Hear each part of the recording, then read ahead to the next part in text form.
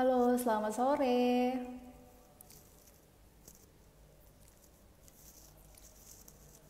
Selamat sore yang baru bergabung di hari ini. Yali ucapkan selamat datang dalam Inspiring Friday edisi 3 Juli 2020. Senang sekali rasanya Yali bisa kembali menyapa Anda. Tak terasa kita sudah memasuki bulan Juli, artinya ini kita sudah memasuki paruh kedua di tahun 2020. Artinya tak terasa 6 bulan sudah kita melewati tahun 2020, pastinya dengan segala ceritanya. Ada yang baik, buruk, bikin senang, pastinya ada beberapa hal yang masih sangat mengena di hati kita yang bikin kita jadi sedih pastinya. Nah, yang paling mengena dan bikin kita jadi ingat kalau ini adalah sesuatu yang buruk yang terjadi di pekan pertama tahun 2000. Maksud Yeli adalah paruh pertama tahun 2020 adalah adanya pandemi COVID-19. Karena kenapa? COVID-19 ini banyak sekali berimbas bukan hanya pada sektor kesehatan. Karena kita bisa lihat bahwa ada banyak sekali imbas yang diberikan oleh pandemi ini, baik di kesehatan, kemudian psikologi orang, kemudian pendidikan, dan yang paling sering kita lihat adalah dari sektor ekonomi. Kita bisa lihat bahwa banyak sekali di berita-berita, di media, bahwa banyak sekali yang akhirnya pelaku usaha, pelaku bisnis yang akhirnya menyerah dan ikut tumbang juga akibat pandemi COVID-19.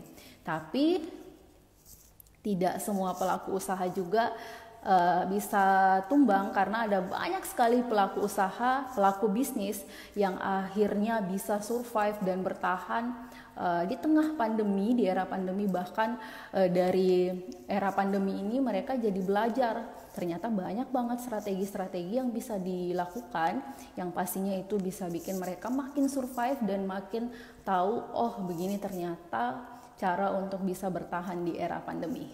Nah, untuk hari ini kita akan membahas lebih detail bagaimana sih caranya bagi pelaku bisnis, terutama mereka-mereka yang berhasil melewati bagaimana kemarin efek pandemi, bahkan sekarang telah begitu kayak memporak-porandakan kali ya, bisnis yang tadinya udah di atas tiba-tiba harus ada pandemi, kemudian mereka terkena imbasnya dan mereka bisa survive melewati itu semua.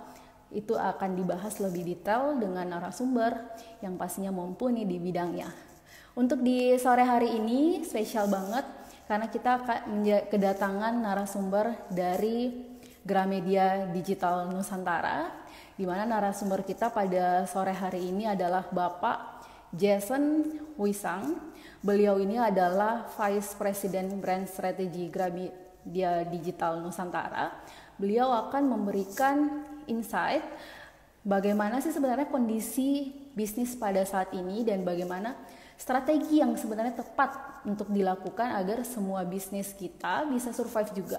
Bukan hanya teman-teman yang lain aja yang bisa survive, tapi bagi pelaku usaha juga yang lainnya, teman-teman Kumala juga bisa mengambil ilmu dari Bapak Jason Wisang. Baiklah, kita akan mengundang beliau untuk ikut bergabung di sore hari ini. Kita sambil menunggu beliau, bagi Anda mungkin yang punya pertanyaan mengenai bisnis atau Anda baru ingin memulai bisnis tapi Anda tidak tahu bagaimana cara memulainya pasca pandemi, silakan untuk bertanya di kolom komentar. Karena narasumber kita bisa memberikan insight dan bisa memberikan gambaran untuk Anda. Siapa tahu dari gambaran dari beliau Anda bisa mendapatkan inspirasi untuk memulai bisnis Anda.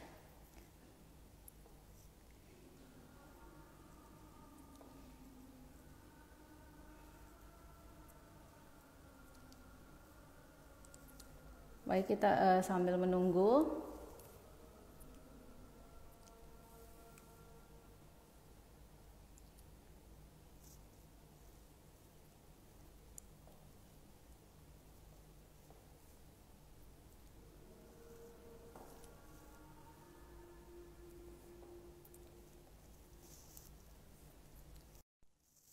boleh untuk memberikan pertanyaan sambil menunggu Bapak Jason untuk bergabung di live di sore hari ini.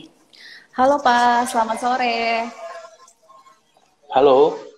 Iya Pak, suara saya jelas Pak? Iya, iya, jelas, jelas. Jelas. Saya Baik. kayaknya bisa kedengarkan ya suara saya.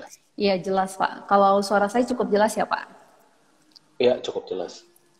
Baik Pak. Selamat sore Pak. Eh, Gimana kabar Pak? Baik Pak? Iya, luar biasa ini di sini. Gimana kabar sekarang lagi di Makassar ya? Iya Berarti. Pak. Di Makassar Oke. sudah lumayan aktivitasnya lumayan normal Pak. Kembali normal dengan tetap menjaga protokol kesehatan pastinya Pak di Makassar. Oke. Baik Pak. Siap. Kita juga di Jakarta ya kondisinya udah mulai rame sih. Udah mulai rame. Baik Pak. Sebelum ini Pak kita mulai lebih lanjut mengenai pembicaraan mengenai ini kita di sore hari ini pembicaraan kita ini ada dari komentar Pak. Kalau katanya Pak Jason gambarnya blur Pak, kurang bagus. Iya, nggak ada gambar ya ini ya. Oh gitu ya Tunggu Pak. sebentar ya. Iya sambil bisa dibuat lebih baik ini Pak sambil menunggu Pak. Oke, oke. Tapi suara saya bisa kedengarkan ya? Iya bisa Pak. Tapi kata dari Oke. teman-teman Kumala juga, ini gambar Pak Jasonnya kurang maksimal Pak untuk dilihat dari teman-teman yang Oke, gabung dalam soalnya di live saya sore ini. juga bentar, saya bisa keluar lagi terus di ini lagi nggak? Di Bisa Pak, invite lagi nggak? boleh Pak. Bentar ya, soalnya. Iya, Oh, oke, baik bentar Pak. ya. Nanti saya invite kembali Pak. Oke, oke, oke.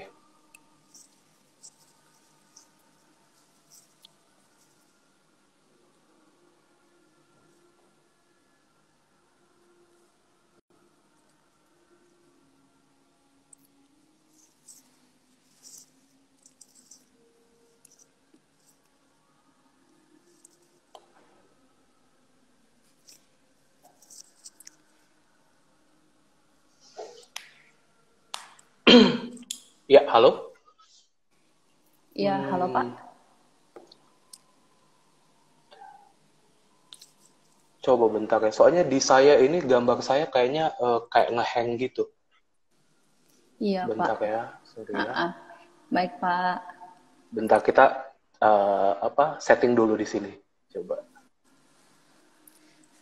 Baik, buat rekan-rekan Kumala yang baru bergabung, mungkin Yeli ingatkan lagi bahwa sore hari ini kita akan membahas lebih detail mengenai bagaimana sih caranya atau strategi yang akan dilakukan mengenai bagaimana caranya kita bisa bertahan, terutama bagi bisnis-bisnis yang salah satunya terkena imbas dari pandemi ini.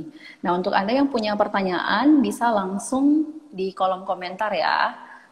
Nanti sebentar akan kita tanyakan langsung kepada Bapak Jason Wisang.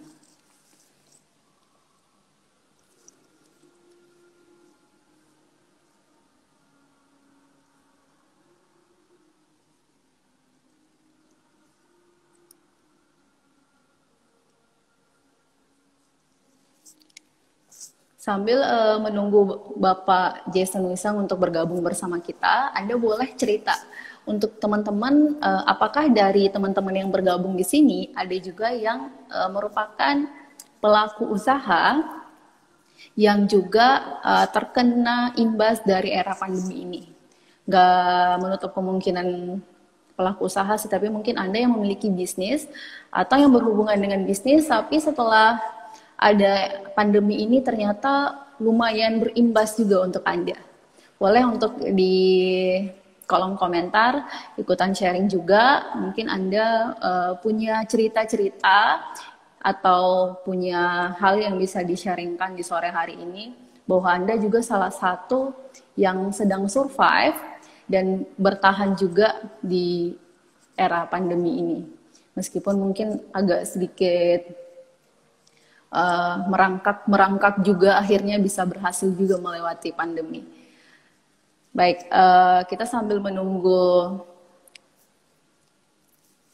Bapak Jason, untuk Anda boleh ya untuk ikutan bertanya.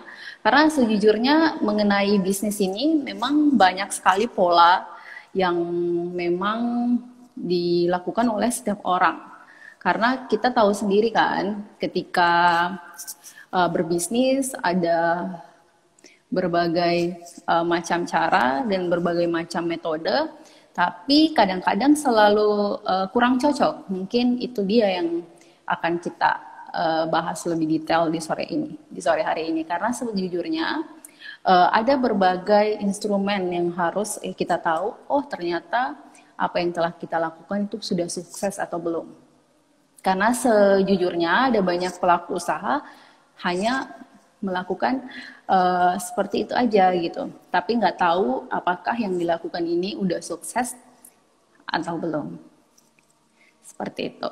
Baik, kita mencoba untuk mengundang kembali Bapak Jason Wisang.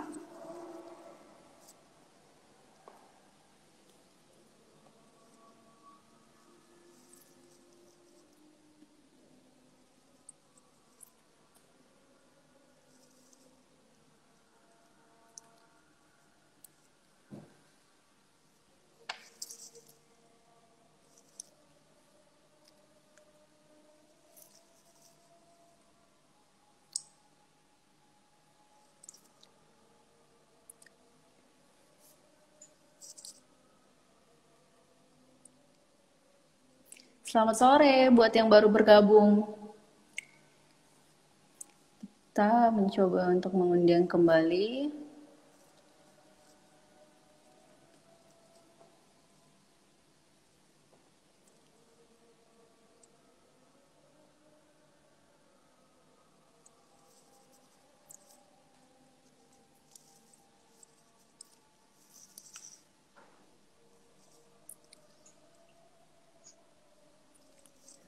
Halo.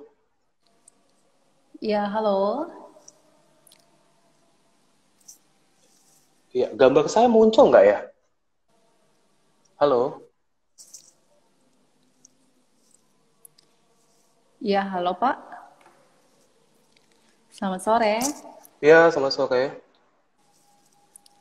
Ya Pak, di sini gambar Bapak belum muncul sih Pak. Belum muncul ya? Bentar ya.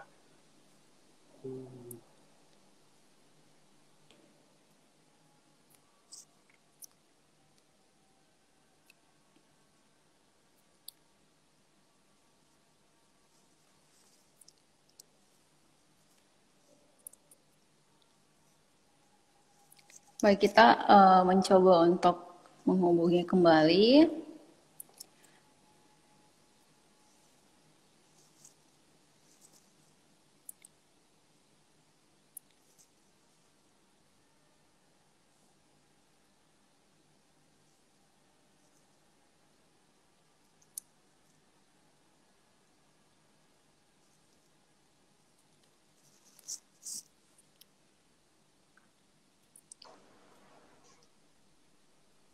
Ya, halo.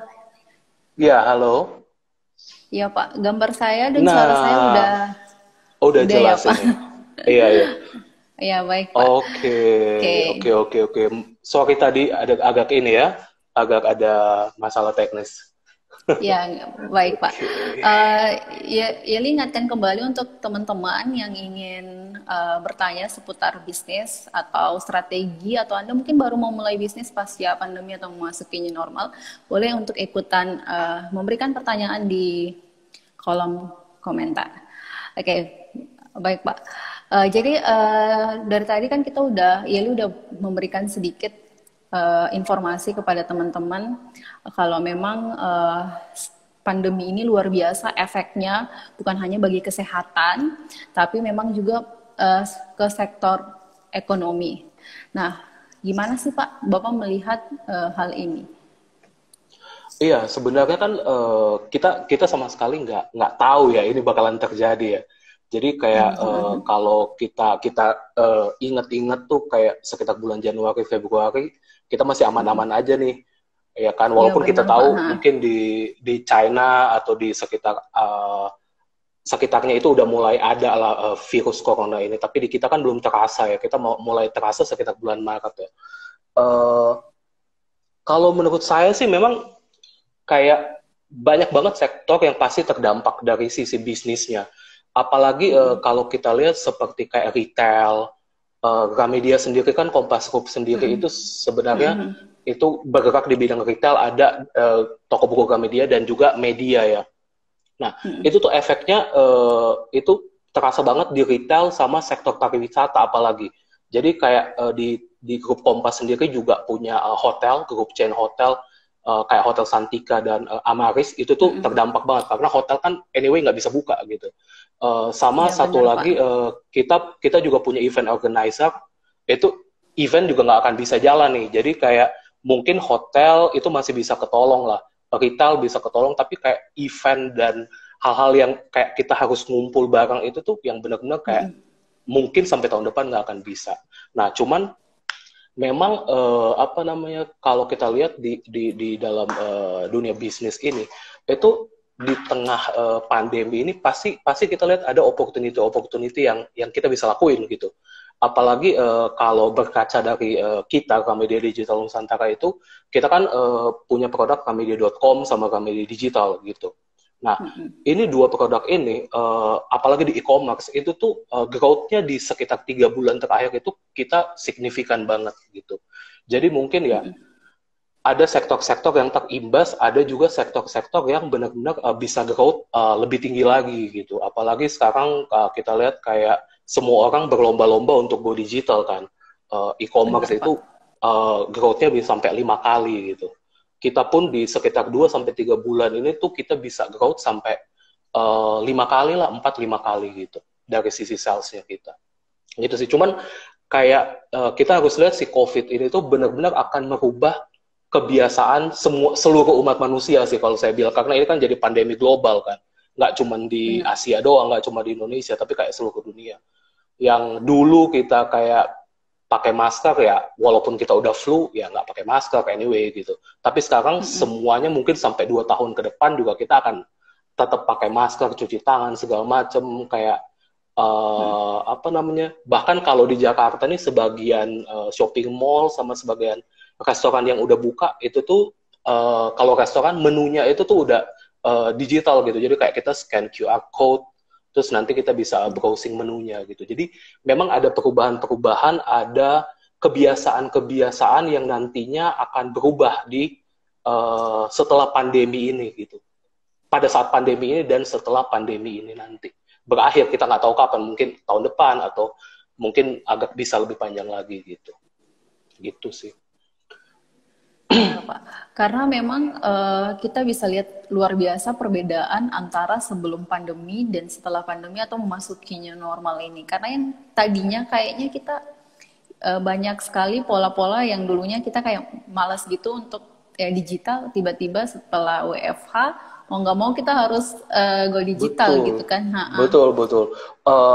Mungkin kalau dari saya sendiri, pengalaman saya ya di digital ini kan kita udah sekitar 10 tahun lah kita bilang ada tuh transformasi digital di perusahaan kan. Mungkin agak noise-nya tuh lebih kenceng ke 5 tahun terakhir gitu. Kayak company ini harus go digital gitu. Sejak ada sosial media, sejak ada uh, e-commerce gitu, company memaksa diri pokoknya harus go digital. Cuman kan uh, masih banyak lah company yang kayak oh belum lah, belum saatnya, atau enggak kapasitas kita belum memadai untuk go digital. Tapi setelah pandemi ini kita dipaksa mau nggak mau, kalau nggak bisnisnya nggak bakalan bisa jalan gitu. Jadi ya itu salah satu solusinya lah. Jadi kayak kita dipaksa tuh benar-benar kayak kalau nggak go digital, kemungkinan bisnisnya akan lebih turun lagi dan mungkin bisa tutup gitu. Nah, beruntunglah company-company, perusahaan-perusahaan yang memang udah invest di digital ekosistemnya, Digital. digital ekosistem ini gitu. Kayak di marketplace-nya, mungkin di apa namanya, tim-timnya udah ada gitu. Nah, tapi kan yang jadi tantangan yang perusahaan-perusahaan yang benar-benar belum invest harus start gitu. Kayak gitu. Nah, memang dari cerita Bapak Jason itu memang ketika mereka yang sudah go digital, sudah invest ke digital memang tidak terlalu. Mungkin mereka terkena imbas tapi bisa survive. Nah, bagaimana bagi pelaku bisnis yang memang benar-benar terkena imbas akibat pandemi ini? Bagaimana sebenarnya mereka harus bisa ngeplan atau ngeset ulang recovery plan-nya itu harus yang seperti apa atau harus yang dilakukan agar mereka bisa survive lagi? Sebenarnya sih kalau saya lihat untuk pelaku-pelaku ekonomi, apalagi UKM ya, yang paling banyak terdampak sekarang kan UKM yang dia dia apa namanya salesnya itu benar-benar datang dari kayak pariwisata gitu, orang yang datang gitu, terus ngelihat ada barang yang bagus dan dia beli, atau restoran atau dan sebagainya gitu. Nah, kalau yang saya lihat itu benar-benar company-company ini, perusahaan-perusahaan kecil ini itu benar-benar harus mau nggak mau harus bertransformasi gitu. Jadi harus ada apa namanya, dia harus entah dia bikin digital ecosystem atau enggak dia join ke digital ecosystem yang udah ada. Jadi contohnya sekarang kalau misalnya Mbak Yeli ya, Iya benar. Mbak Yeli lihat sekarang itu ada tren kalau kita kalau dulu nih kalau mungkin sekitar 2-3 bulan lalu lah Coca-Cola sama apa namanya Aqua itu tuh nggak ada jualan online. Maksudnya dari Coca-Cola company-nya sama Aqua-nya tuh nggak ada jualan online. Tapi sekitar 2 bulan lalu dia akhirnya memutuskan untuk masuk ke marketplace. Jadi nanti kalau misalnya search di Tokopedia atau Lazada itu udah ada tuh official store-nya. Jadi itu salah satu cara-cara untuk kayak kita bertahan. Jadi kayak dia mungkin kalau dia bikin ekosistem baru itu agak lama. Jadi join aja di ekosistem yang udah ada. Anyway, ekosistem digitalnya kita kan udah cukup mampu nih ya, e-commerce-nya kita tuh udah cukup mampu nih lah. Apalagi kayak sekarang kan ada sekitar 5 e-commerce besar lah yang ada di Indonesia gitu. Iya, Nah, benar. itu pertama, kita join ke digital ecosystem, sama kita harus mulai create ekosistem kita sendiri. Yang paling sederhana itu kita setidaknya kita punya apa namanya appearance di sosial media. Jadi sekarang itu kan orang kalau search something itu tuh kalau dulu orang mungkin ya masih googling lah. Sekarang orang anyway masih googling. Cuman sekarang itu kalau yang kayak milenial atau kayak ya orang-orang di kota besar gitu, itu sesuatu itu yang lebih dulu ditanya tuh kayak punya Instagram nggak, Instagramnya apa gitu, Iya, atau enggak pas udah di Instagram mau belinya lewat mana, punya WA nggak, kita by WA aja. Itu ekosistem yang digital ekosistem paling sederhana yang kita bisa bikin gitu. Jadi kayak dari sosial media ke apa namanya aplikasi untuk chat gitu, either itu WhatsApp, Line atau apa sekarang yang ada sekarang juga ada YouTube sama TikTok kan. Jadi brand itu tuh benar-benar pelaku UKM itu benar-benar harus kelihatan di situ gitu, harus ada gitu. Karena gini, kita kan nggak bisa kemana-mana nih, toko juga tutup gitu. Nah, satu-satunya cara kita menjangkau customer-nya kita ya lewat online tadi, ekosistem digital tadi gitu. Either itu Facebook, Instagram, WhatsApp, atau nggak Line gitu. Itu sih, karena memang sekarang itu ya jalan untuk menjual yang secara kayak offline, secara langsung itu memang masih kurang gitu. Dan walaupun sekarang ya kayak di Jakarta itu kan kita sekitar 2 mingguan lalu lah, itu PSBB kan udah mulai dilonggarkan. Jadi mall udah mulai dibuka lah, kegiatan ekonomi udah mulai berlangsung. Tapi kan masyarakat juga masih takut gitu. Masih yang iya kayak benar. ya Masih kapasitas di dalam mall sendiri juga yang kayak ya paling cuma 10 sampai nggak sampai 50% bahkan masih sepi gitu. Jadi ya walaupun ekonomi udah berjalan ya orang-orang ini juga masih nggak apa namanya nggak kesana gitu. Dan cara kita menjangkau ya lewat ekosistem digital tadi. Dan kalau emang UKM itu udah mulai expert, dia mau belajar lagi ya kita bisa pakai kayak digital ads kayak Google Ads atau nggak Facebook Ads untuk lebih targeting ke customer-nya gitu. Tapi at least sekarang kalau emang belum ada itu harus mulai dulu sih gitu. Dan kedua itu selain kita dari ekosistem digital sendiri itu harus ada ini sih, kayak inovasi produk lah. Inovasi produk ya, ini Contohnya gini, seperti apa Pak? ya contohnya gini, eh, dulu itu kan sekitar 3 bulan lalu masker itu tuh semuanya masker medik, bener nggak? Jadi kayak masker-masker yang surgical mask gitulah. Belum ada tuh masker-masker yang kayak sekarang yang masker batik, masker yang masker scuba terus diwarna-warnain gitu. Jadi itu kan salah satu bentuk inovasi. Jadi kalau misalnya lihat di pelaku UKM sendiri kayak apa namanya toko-toko yang jualan batik, misalnya brand-brand batik yang ada sekarang, itu sekarang tuh trennya kebanyakan brand-brand fashion ini tuh dia bikin masker juga gitu. Nah, jadi Iya entah dia benar kasih Pak. dia kasih gift, beli batik dapat itu atau enggak, ya memang dia jual gitu. Nah, klien kami pun salah satu perusahaan kosmetik terbesar di Indonesia ya, itu akhirnya mereka pun berinovasi dengan dia bikin produk baru gitu. Jadi dia bikin hand sanitizer. Nah, dulu kan sekitar 2-3 bulan lalu kan sempat langka banget ya. Hand sanitizer sama masker itu sempat nggak ada gitu. Sesuatu, Orang iya benar. cari nggak ada gitu. Sebenarnya kan industri yang naik ini selain si perlengkapan kesehatan itu, satu lagi sanitizer dan sejenisnya, satu lagi kan vitamin, multivitamin. Ini tiga yang kira-kira kita bisa survive lah di era pandemi karena orang butuh. Nah, cuman kalau bikin vitamin kan susah. Maksudnya harus ada Iya. izin, banyak lah, prosesnya banyak. Tapi kalau sanitizer itu tuh biasanya kalau beauty product, dia pasti bisa bikin. Sama yang paling lebih gampang lagi masker. Jadi Masker. sekarang tuh itu ada lumayan banyak lah brand-brand yang terkenal, grup-grup terkenal itu akhirnya tuh dia bikin satu produk lagi sanitizer dan sejenisnya. Jadi kayak sanitizer, obat cuci tangan, antiseptik dan kawan-kawan itu, karena uh, ini barang-barang ini itu mungkin akan bisa bertahan sampai after pandemi ini orang masih butuh gitu. Jadi kayak 2-3 tahun ke depan juga udah jadi kebiasaan kan. Kita kalau dulu kan ya mungkin datang ke rumah ya nggak cuci tangan segala macam. Setelah setahun 2 tahun berjalan kayak gini, itu tahun ketiga pasti tuh nggak disuruh udah datang cuci tangan pasti. Karena udah Iya, jadi behavior kan. Nah, jadi begitupun kebiasaan. dengan ya masker yang tadi orang juga pasti akan pakai. Kenapa Korea sama Jepang itu dia apa namanya penularannya mungkin lebih sedikit karena memang orang di sana tuh dikit-dikit udah kayak jaga jarak, pakai masker gitu. Jadi memang ya udah jadi kebiasaan. Sedangkan kalau di Indo kan ya orang juga kalau flu juga kalau nggak disuruh nggak bakal pakai masker gitu.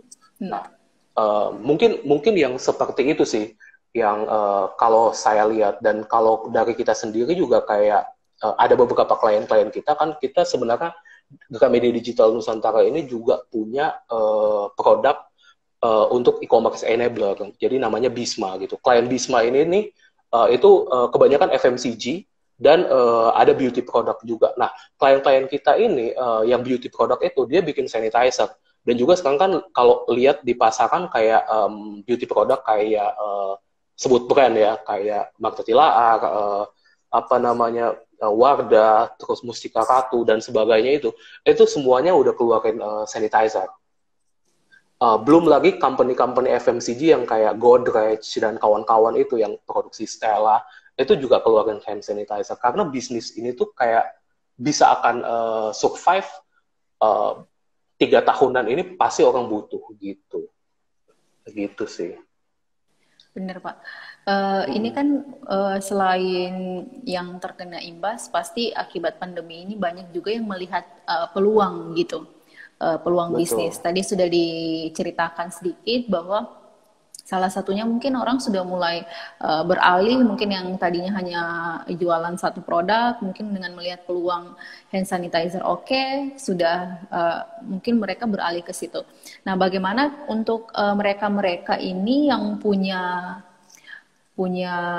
rencana untuk memulai bisnis pasca pandemi atau memasuki new normal, apa-apa sih yang perlu mereka perhatikan? Kemudian hal-hal apa yang menjadi catatan mereka dan menjadi ini loh yang paling harus digarisbawahi.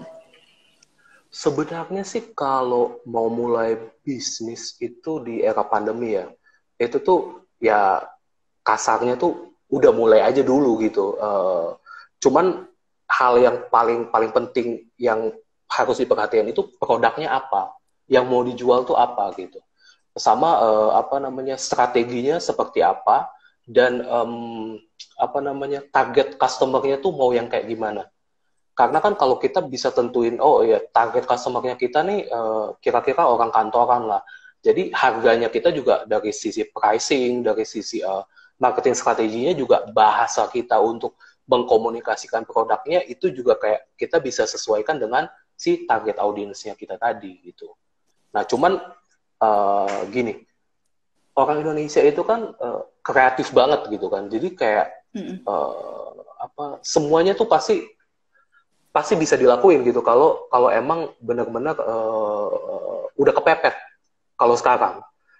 Jadi contoh nih kalau misalnya Mbak Yeli lihat nih, nggak tahu di Makassar ini kayak begini juga ya. Di Jakarta itu kita ngelihat tren kan sekarang banyak karyawan-karyawan atau pelaku usaha yang bikin apa namanya kegiatan kerjanya itu dari rumah, jadi work from home. Nah, dengan work from home ini kan kita bisa lebih fleksibel lah kerja gitu. Nah, ada tren yang terjadi itu, jadi sekarang tuh banyak bermunculan brand-brand makanan yang indie gitu. Jadi kayak makanan-makanan rumahan gitu loh. Di Iya Makassar benar. nggak tahu itu kejadian juga atau enggak. Jadi kayak bikin kue, bikin minuman. Kalau dulu kan kopi-kopian ini kan ya emang banyak gitu. Cuman sekarang tuh kayak ada yang bikin jus, ada yang bikin puding, ada yang bikin kue, makanan lah yang paling banyak yang kita bisa lihat gitu. Dan itu tuh kayak dari teman-teman saya juga di kantor juga ada beberapa yang ngejalanin usaha begitu gitu.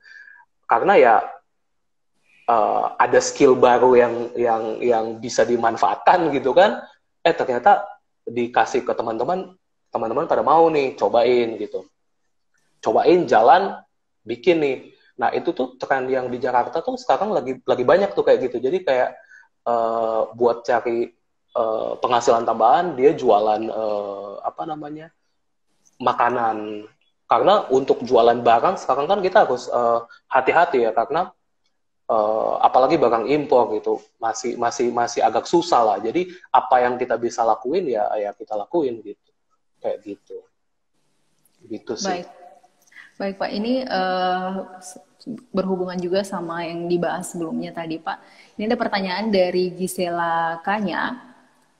Bisnis apa ya bisnis apa yang bisa dicoba dijalani di era pandemi ini dan harus online? Takutnya malahan nggak laku karena ekonomi lagi turun. Nah, itu yang paling pertama yang tadi saya bilang, bisnis makanan itu udah yang paling apa namanya? Paling top lah yang kita bisa lakukan gitu karena modalnya juga nggak gitu banyak, nggak gitu gede dan itu dan bisnis makanan ini kan based on keterampilan kita ya. Maksudnya kalau networknya kita udah ada, teman-temannya kita banyak gitu, kita jualan aja ke teman-teman kita itu bisa jualan dan strategi marketing kalau di bisnis makanan yang rumahan gini kan yang word of mouth ini kan jadi kayak rekomendasi dari teman-teman kita enak nih beli gitu. Nah kedua tuh bisnis-bisnis yang benar-benar menyentuh yang berhubungan dengan si pandemi ini yang kayak tadi saya bilang mungkin kalau memang teman-teman punya akses di factory atau enggak kayak di Jawa itu dia kan pasti kalau bikin batik pasti ada sisanya gitu. Nah, ada teman-teman juga yang bisnisnya tuh dia bikin masker gitu. Dia bikin masker bahkan ada yang bikin apa namanya APD. Baju safety itu karena kalau saya lihat ya, kalau memang apa namanya UKM ini modalnya banyak dan dia memang bergerak di kayak fashion atau konveksi ini, itu bisnis APD itu tuh sebenarnya menggiurkan banget gitu karena orang pasti pakai gitu dan sekarang kan Indonesia tuh bisa jadi eksportir APD itu selain Cina ya karena kita tuh punya kapabilitas untuk lakuin itu gitu. Nah paling harus lihat dari sisi itu sih, karena kalau misalnya kita benar-benar kayak mau trading jualan something gitu, nah itu mungkin tingkat konsumsi masyarakat di saat ini kan turun banget gitu.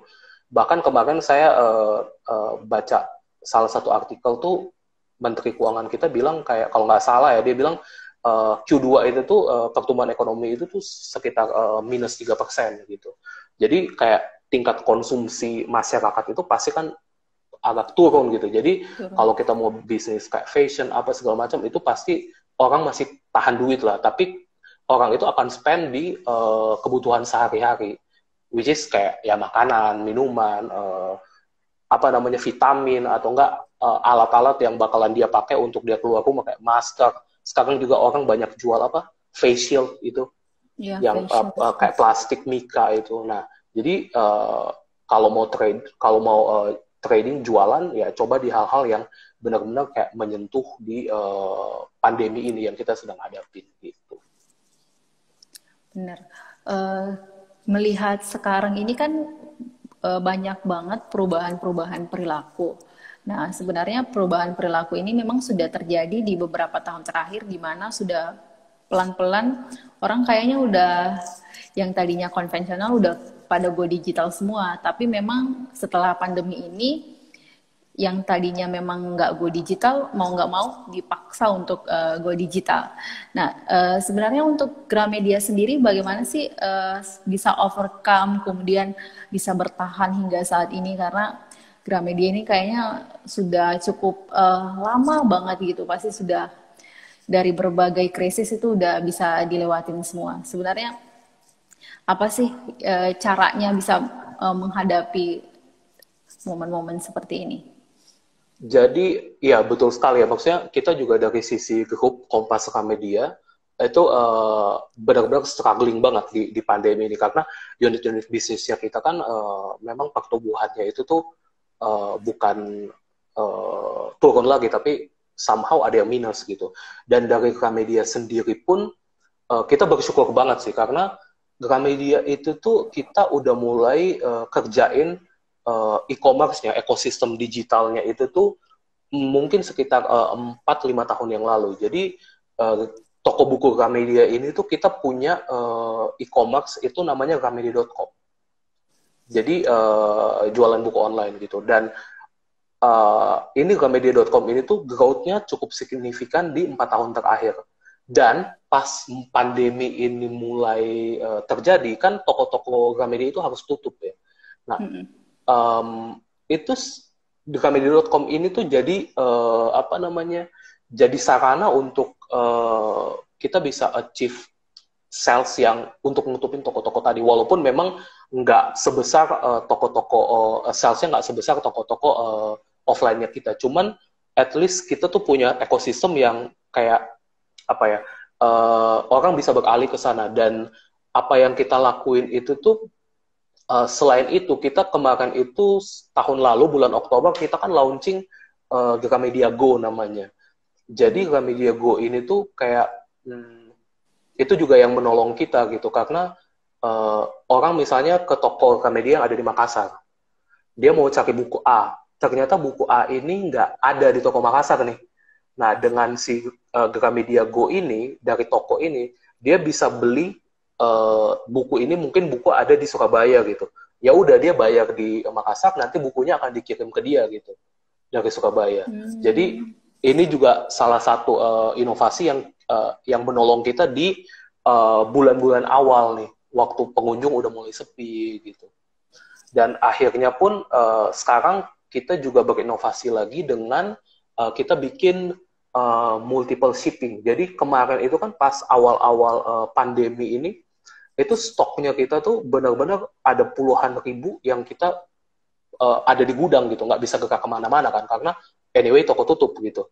Nah, jadi awalnya itu tuh kita punya hub untuk pengiriman, akhirnya kita bikin multiple shipping, jadi toko apa namanya pengiriman kita tuh bisa dilakukan dari berbagai titik, jadi salah satu dari gudang itu gitu.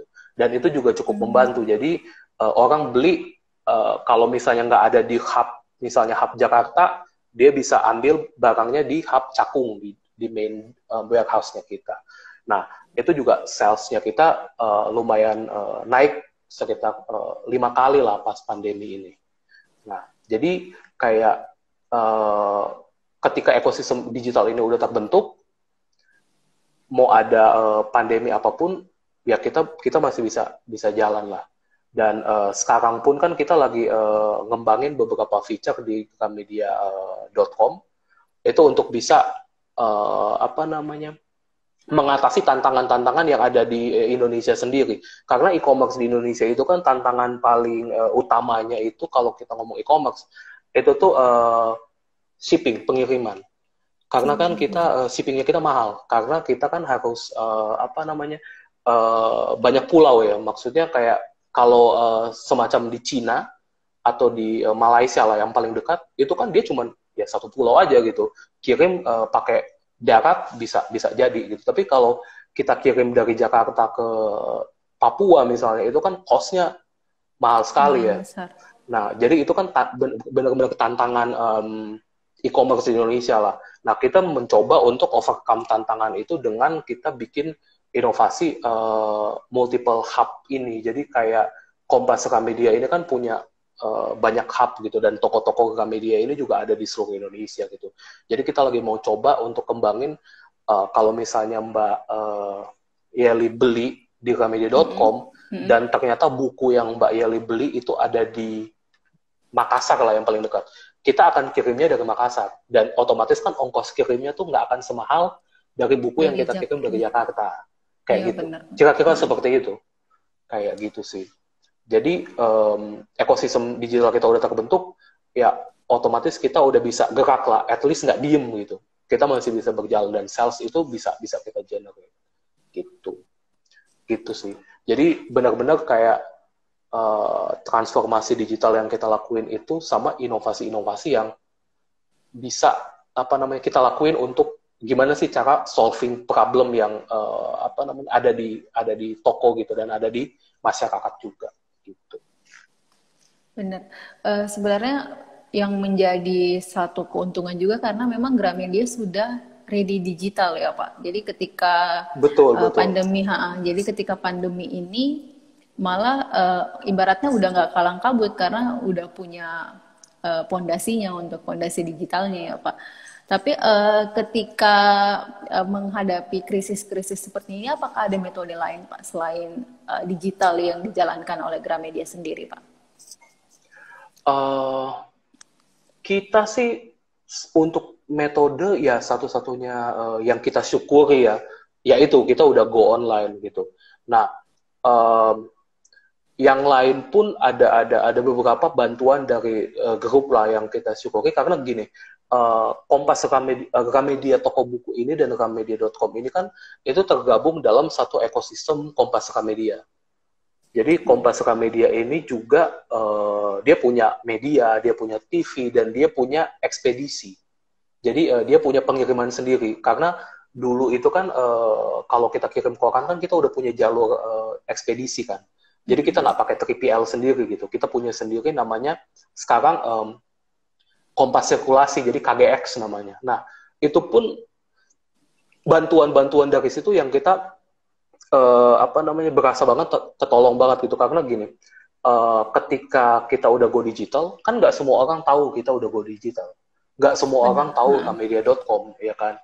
Nah, waktu itu pun kita dibantu dari grup kita juga gitu. Jadi iklan kita juga muncul di TV, di di portal kompas.com, dan juga di saat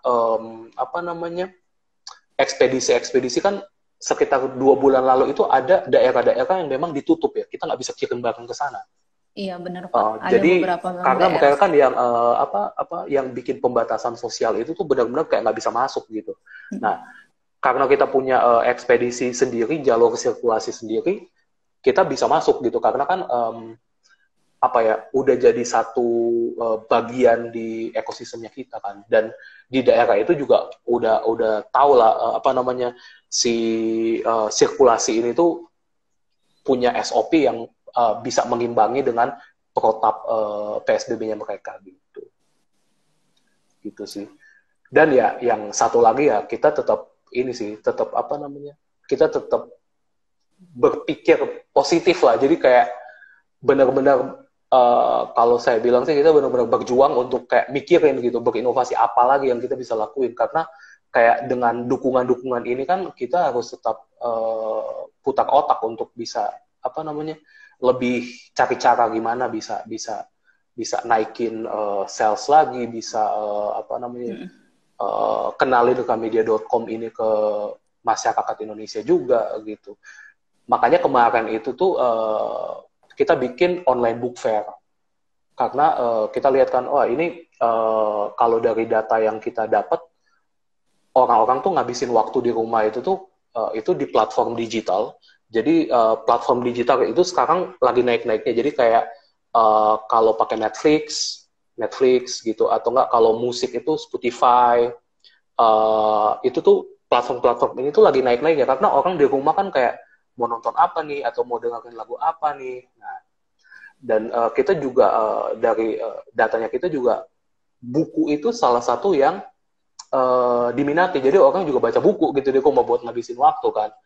Iya, Makanya benar. kita lihat penjualan online kita tuh naik gitu, naik signifikan banget gitu pas pandemi. Oke, kita coba bikin online book fair deh. Karena biasanya kita bikin book fair ini tuh biasanya kan kita bikin offline gitu. Di tempat-tempat tertentu atau enggak di mall-mall, di toko-toko yang besar gitu. Nah, akhirnya kita bikin online book fair dan itu tuh antusiasmenya tuh ini banget apa namanya, luar biasa banget dari masyarakat gitu.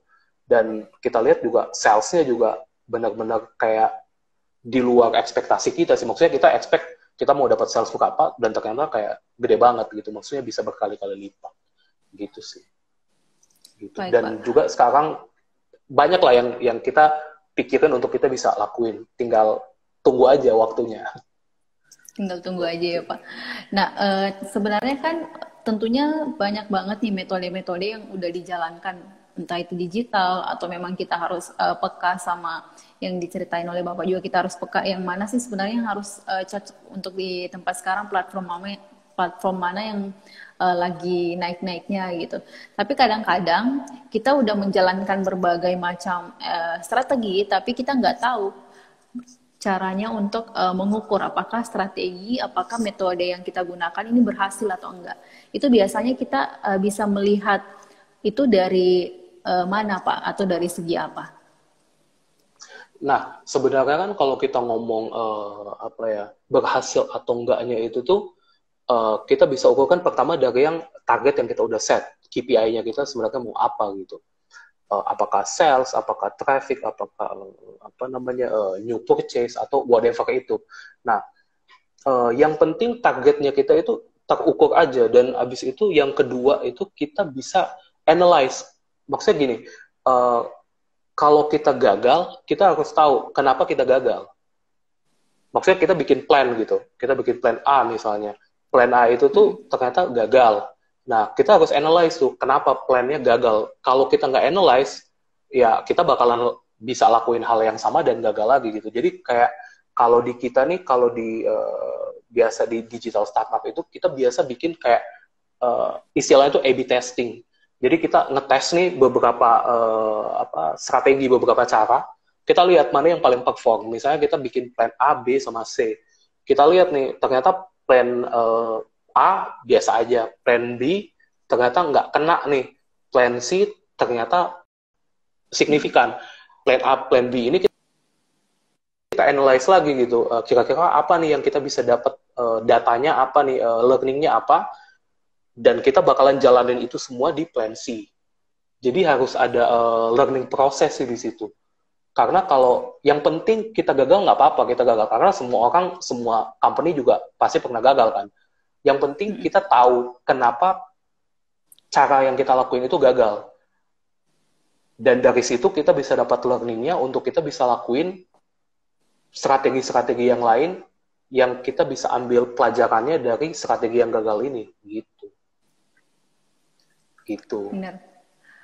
Berarti ketika berjalan ini pastinya banyak banget kasus-kasus atau case yang pernah dialami Gramedia gitu, yang menghadapi krisis dan pandemi ini yang mungkin sangat diingat gitu ya Pak. Dan itu bisa survive, kemudian bisa kembali ini lagi, kembali sukses lagi. Itu apa yang dilakukan Gramedia pada saat itu dengan case yang seperti apa Pak? Itu ya yang saya ceritain tadi. Tapi yang paling apa namanya, yang paling mengena itu mungkin kalau misalnya ada yang ingat itu Gramedia pernah sekitar 2 atau 3 tahun yang lalu Gramedia.com itu pernah bikin namanya, kita pernah ikut program 12-12. Biasa kan e-commerce punya program kayak gitu kan, kita ikut dan kita bikin sales yang benar-benar gede-gedean dan kayak apa namanya, pembeli kita banyak, customer kita banyak, tapi ternyata ekosistem kita tuh belum cukup kuat untuk menampung orderan yang masuk. Nah itu tuh jadi pain point-nya kita dan kita benar-benar learning banget dari situ. Dan itu tuh benar-benar kita dikomplain habis-habisan karena kayak banyak banget buku-buku yang salah kirim. Terus order-order ternyata kayak kita nggak bisa fulfill, bukunya nggak ada, datanya tuh nggak benar lah istilahnya. Karena ekosistem kita tuh belum kebentuk. Makanya kita tuh benar-benar belajar dari situ, kita bikin ekosistem yang baik. Pas kemarin kita bikin online book fair, itu tuh transaksinya itu tuh jauh lebih gede dari 12-12 kemarin. Dan itu tuh kita bisa fulfill semua. Untuk Jakarta itu tuh lead time-nya kita tuh kemarin itu ada yang bisa capai 1 hari itu barang udah sampai gitu. Karena kita benar-benar ngelihat kayak wah kita udah pernah gagal nih waktu itu tuh ekosistemnya kita belum jadi, pengirimannya kita belum bagus gitu, terus kayak dari sistemnya kita juga belum jalan bagus gitu. Nah selama 2 tahun itu kita benar-benar beresin dan pas pandemi kemarin kita bikin OBF baru kelar itu kemarin, tanggal 2 kemarin baru selesai. Itu kita mulai dari tanggal OBF 2 yang benar-benar gede, itu tanggal 26 Juni sampai tanggal 2 Juli kemarin. Itu tuh transaksinya benar-benar berkali-kali lipat dari yang pernah kita jalanin, dan itu kita jalani dengan baik lah, maksudnya kita bisa minimize problem-problem yang kita pernah terjadi gitu, karena yang saya bilang tadi learning proses yang kita bisa terapin gitu, kayak gitu. Itu sih pain point yang benar-benar kayak bleeding banget waktu itu, karena kayak kita sampai artikel di koran ada, di media digital juga ada gitu, dan itu tuh kan kita baru mulai gitu, dan itu tuh benar-benar jadi apa ya, pukulan yang hebat buat kita lah gitu. Dan sekarang kita bisa buktiin ternyata kita bisa overcome itu. Benar Pak. Artinya memang ketika berbuat kesalahan itu nggak serta-merta memang itu menjadi sesuatu yang buruk bagi kita ya Pak. Pastinya ketika bisnis berbuat salah, ada kesalahan, itu bukan sesuatu yang buruk, malah itu bisa jadi suatu pelajaran juga, pembelajaran juga untuk kita biar kita bisa tahu gimana bisa survive untuk kedepannya Pak. Betul. Yang penting itu tadi yang saya bilang. Kita harus tahu kenapa kita bisa gagal. Jadi learning prosesnya itu tuh kita bisa dapat. Untuk next time, ya udah kita nggak usah lakuin apa yang kita lakuin yang nggak berhasil tadi itu gitu. Benar Pak.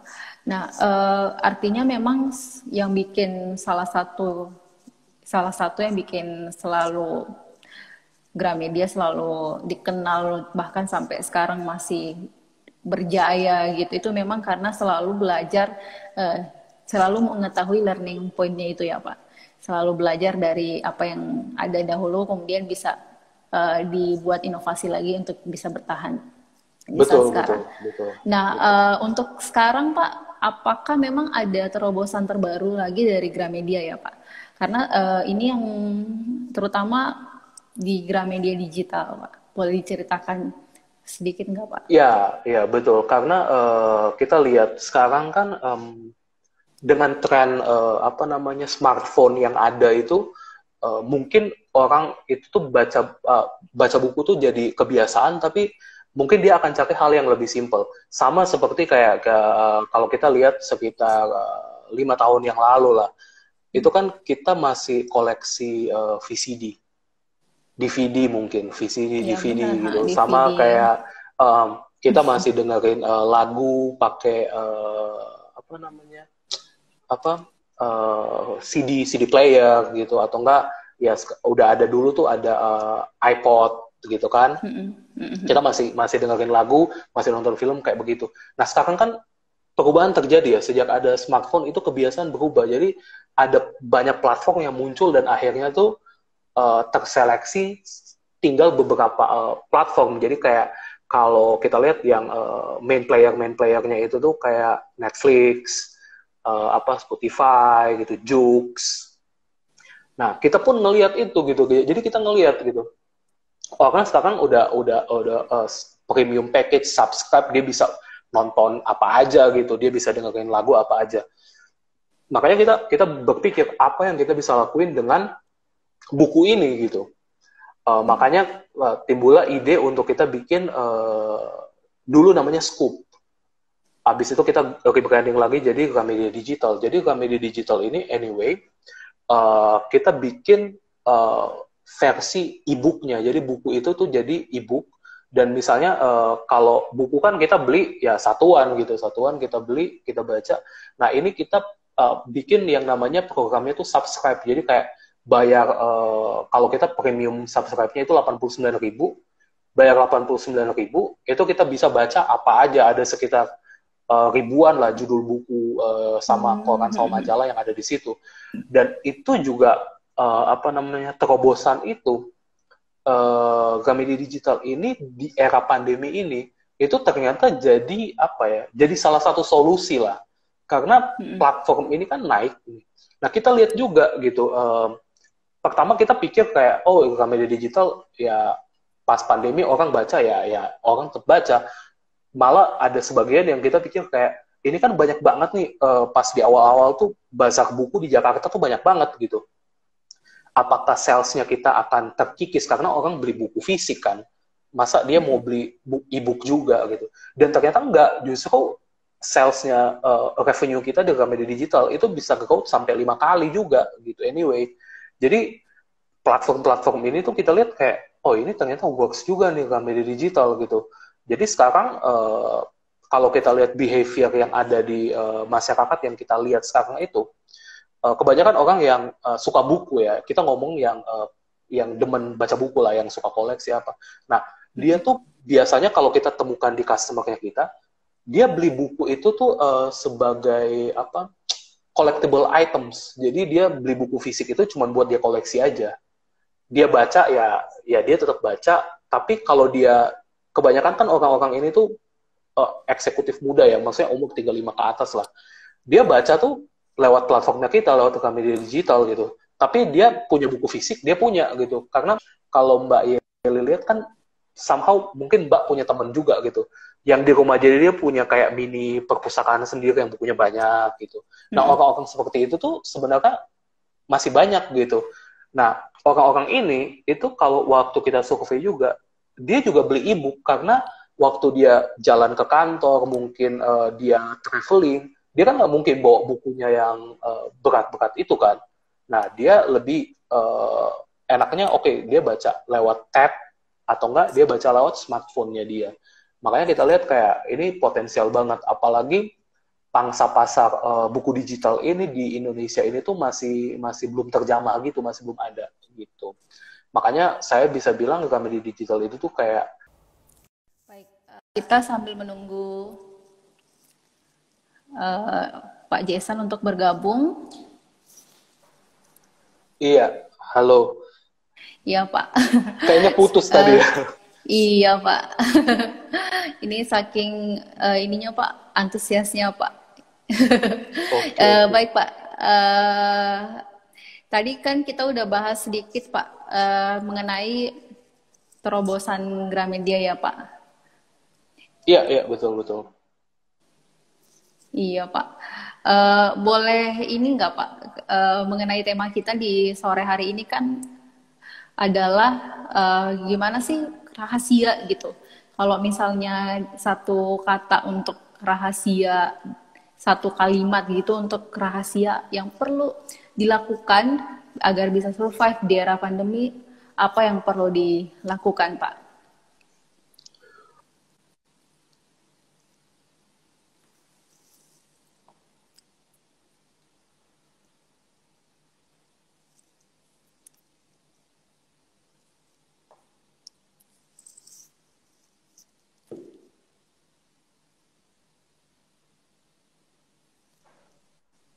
Oh iya, Pak.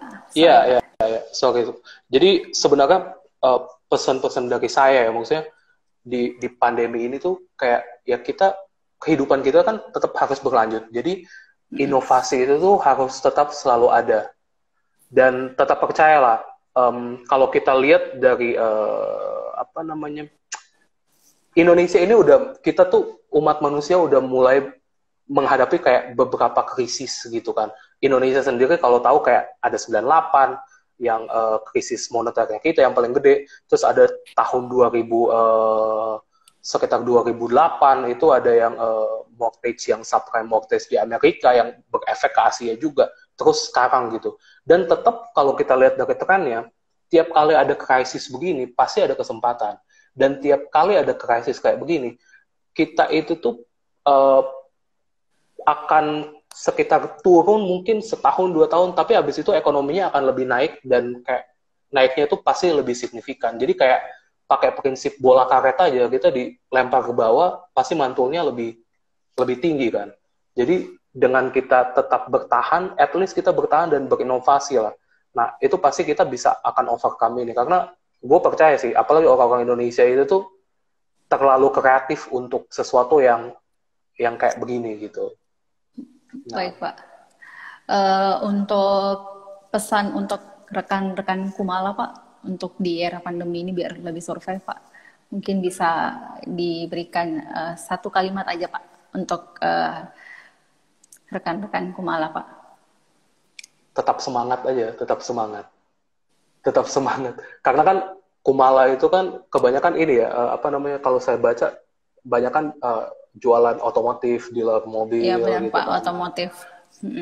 Itu kan struggling juga pasti ya. Nah, jadi kayak tetap semangat aja dan ingat yang tadi apa namanya? Ekosistem digital itu harus dipahami dan dibuat gitu. Jadi kayak coba cara-cara baru gitu, kayak sosial media segala macem. Nah, itu juga pasti akan survive gitu. Baik, Pak. Sebenarnya kita udah panjang ngomongin banyak hal ya, Pak, untuk di sore hari ini. Memang, sorry ya, di malam hari ini, memang terbaik adalah memang kita harus semangat dan tetap positif gitu dan mencoba untuk selalu berinovasi ya, Pak. Betul, betul. Baik, Pak. Tak terasa kita udah lebih dari 45 menit, Pak, di malam hari ini. Terima kasih, Pak, udah menjadi bagian dari Inspiring Friday, memberikan insight, Ya, Pak. thank you banget. Memberikan insight yang luar biasa, memberikan informasi kepada teman-teman, kepada rekan-rekan Kumala bahwa memang kita tidak harus diam aja ketika pandemi seperti ini. Kita harus harus lebih survive agar bisa bangkit dan jauh lebih sukses, Pak. Terima kasih, Pak, udah menjadi bagian dari Inspiring Friday, Pak. Terima kasih. Iya, Saya terima mewakili kasih, terima kasih. Kumala Group mengucapkan banyak-banyak terima kasih kepada Bapak Jason Wisang, Pak. Oke, terima kasih. Kumala Group, terima kasih, Eli. Ya. Baik, Pak. Selamat malam. Buat teman-teman Kumala juga terima kasih udah ikut bergabung dalam Inspiring Friday edisi 3 Juli 2020. Pastikan selalu mengikuti Inspiring Friday karena Inspiring Friday akan menghadirkan narasumber setiap minggunya yang berbeda-beda dengan tema yang berbeda-beda pula yang pastinya akan selalu memberikan informasi kepada Anda mengenai apa yang terjadi, apa yang terkini yang pastinya bisa menambah wawasan Anda. Terima kasih untuk bergabung dan menjadi bagian dari live kita di malam hari ini. Terima kasih. Sampai jumpa untuk di edisi Inspiring Friday minggu depan.